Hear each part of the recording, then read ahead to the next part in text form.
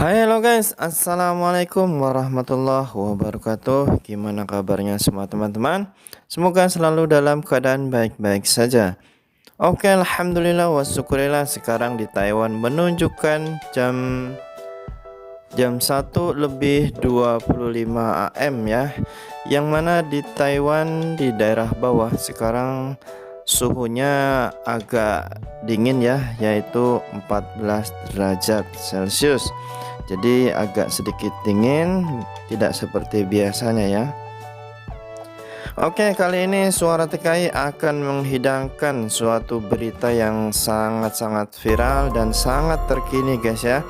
Yang mana kisah ini kisah yang tidak baik untuk dicontoh ya, dan bisa menjadi renungan untuk kita semua ya. Yang mana di sini kita ambil kesimpulannya seperti ini guys. Jadi Simba ini punya sahabat dekat ya. Sahabat dekatnya tuh udah dianggap seperti kakak sendiri. Dan Simba ini suaminya di Taiwan juga. Dan selepas mbaknya itu pulang ke Indonesia dulu karena kontraknya udah habis, ternyata sang suaminya ini terlalu dekat sama sahabatnya kan. Saking dekatnya mereka selalu ketahuan itu selalu sering libur bareng sama sahabatnya itu. Jadi otomatis mbaknya ini curiga banget ya. Jadi ini untuk istilahnya emang mungkin cerita ini tidak terlalu bagus ya untuk jadi contoh. Yang penting kita ambil hikmahnya aja ya. Oke, terutama bagi teman-teman seperti biasa yang belum tekan tombol merah atau subscribe, silahkan tekan dulu ya dan aktifkan tanda loncengnya agar selalu mendapatkan berita-berita terbaru dari Suara TKI. Oke, kita lanjut. Jadi kesimpulannya seperti ini guys. Dilansir dari suara bmi.com, Min bisa minta tolong enggak? Min bisa tolong enggak? Jadi istilahnya ini mbaknya langsung ya berinteraksi di suara-bmi.com ini. Dia bilang seperti ini, Min bisa minta tolong enggak? Suamiku ditikung sahabatku sendiri di Taiwan, sedangkan aku di Indonesia menjaga anakku. Itulah awal percakapan antara redaksi dengan Dekcela, wanita asal Blitar yang dulu juga pernah bekerja di Taiwan. Yaitu sampai mbaknya ini langsung minta tolong ya kepada teman-teman semua, istilahnya suamiku ditikung, istilahnya ditikung sahabat sendiri ya. Jadi kira-kira komentar teman-teman, komentar kalian tuh gimana ya? Seumpama punya sahabat dekat, suami di sini, terus mbak kaliannya pulang, suaminya deket sama sahabatnya ya. Nah itu kira-kira komentar kalian tuh gimana gitu ya? Ya, apakah itu pertanda nggak baik, atau mungkin sekedar berteman, atau mungkin titik awal dari perselingkuhan ya? Coba komentar kalian seperti apa ya? Oke, sekarang kita lanjut ke cerita seterusnya, yaitu lanjut Sela pun menceritakan bagaimana kronologi perselingkuhan itu terungkap, di mana pelaku adalah sahabat dekatnya. Awalnya aku tidak pernah ada rasa cemburu, ujar Sela, walaupun suamiku dengan sahabatku itu terlihat dekat. Jadi yaitu menurut saya salahnya karena suaminya tuh terlalu dekat ya sama sahabatnya, karena ya biasa aja.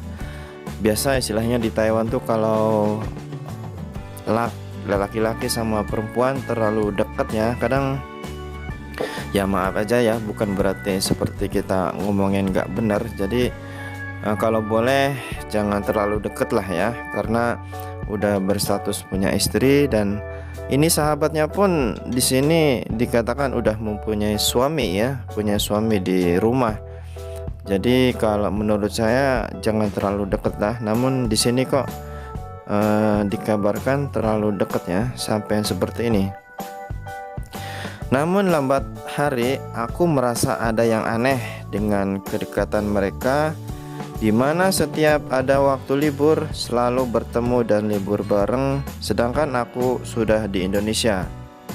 Nah, ini kata mbaknya kan, dianya udah di Indonesia cuman setiap libur mereka tuh selalu bareng gitu loh. Oke teman-teman, yang belum tekan tombol merah, tekan dulu ya agar semuanya jadi nyaman dan tenang. Tekan tombol merahnya dan aktifkan tanda loncengnya. Sudah? Oke, kita lanjut. Saat aku mencoba memergoki informasi dari sahabatku, bla bla bla, awalnya aku tidak mendapatkan sedikit pun jawaban atas rasa penasaranku. Namun, semua itu terbuka saat sahabatku itu mengunggah foto story bersama suamiku. Nah, jadi sahabatnya itu yang dekat sama suaminya mengunggah di story ya. Terus dia mungkin mbaknya ini melihat. Kaget aku melihat hal itu dan akhirnya aku mencecer mereka dengan berbagai pertanyaan, dan ujungnya mengakulah mereka dengan apa yang mereka perbuat. Mereka dekat ternyata melalui aplikasi chatting, saling curhat dan menyemangati hingga lanjut kopi darat berkali-kali. Karena dekat, ia hingga lupa aku yang menunggu di kota kelahiranku bersama buah hatinya. Sungguh tega sekali sahabatku telah mengkhianatiku, dan suamiku telah menghancurkan kepercayaan aku dan anakku. Jadi kesimpulannya sangat gimana ya? Coba pendapat komentar kalian itu gimana setelah mendengar kisah seperti ini? Oke, kita lanjut. Sahabat yang sudah aku anggap seperti kakak ternyata malah bermain api dalam sekam, mencuri cinta dan perhatian yang selama ini aku bina bersama suamiku. Padahal dia juga ada suami di Indonesia. Nah, itu dia.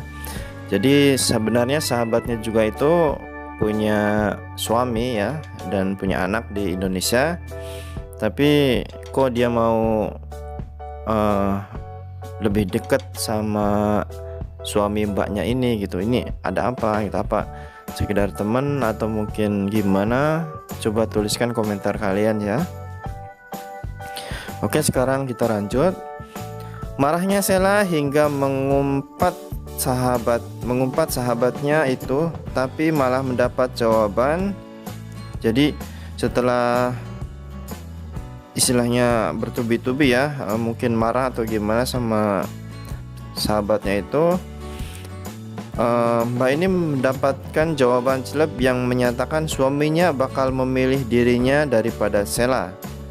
Dan sahabatnya itu malah ngomong seperti ini, sekarang Dena nyaman sama aku. Nah itu jadi ini setelah mbaknya itu ngomong ya, istilahnya mungkin marah sama sahabatnya malah ngomong sekarang suaminya itu lebih nyaman sama dia, itu kata dia. Jadi ini gimana ini? Intinya emang bener-bener mau selingkuh ini ya. Jadi aduh gimana? Coba pendapat kalian itu gimana? Kita lanjut. Sheila pun meminta kisahnya diunggah sebagai pelajaran bagi yang lain, dan juga berharap rumah tangganya akan kembali pulih seperti sedia kala. Sebuah perjalanan berharga dari Sheila. Jangan pernah mempercayakan suami ke wanita lain. Jangan sahabat, saudara saja bisa lupa ingatan jika merasa nyaman dengan pasangan kita.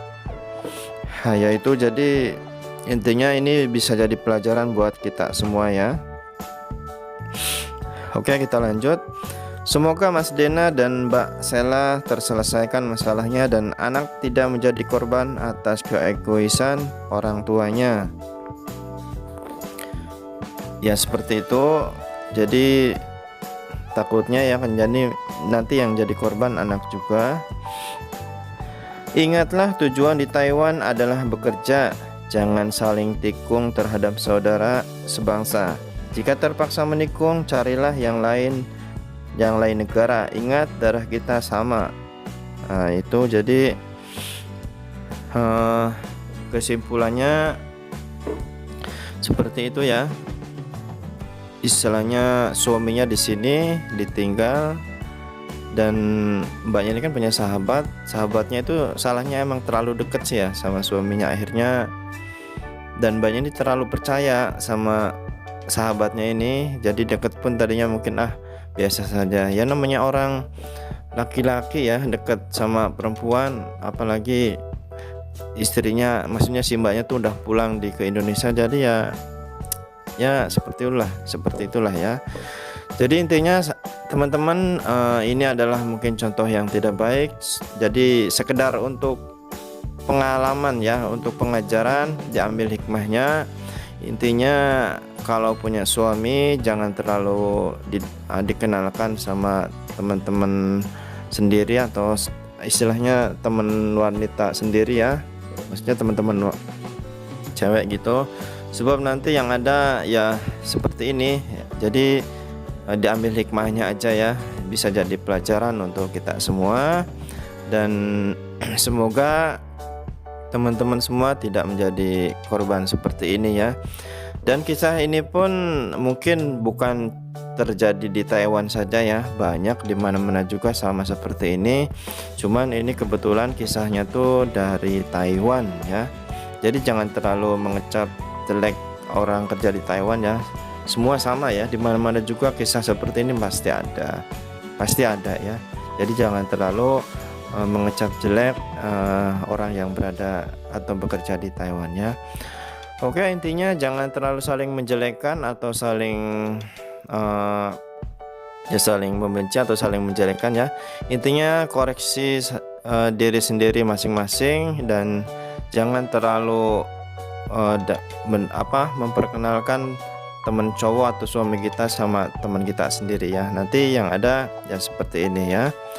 Oke, yang penting diambil hikmahnya dan semoga bermanfaat. Sampai di sini dulu. Saya Roni Saputra, Suara TKI.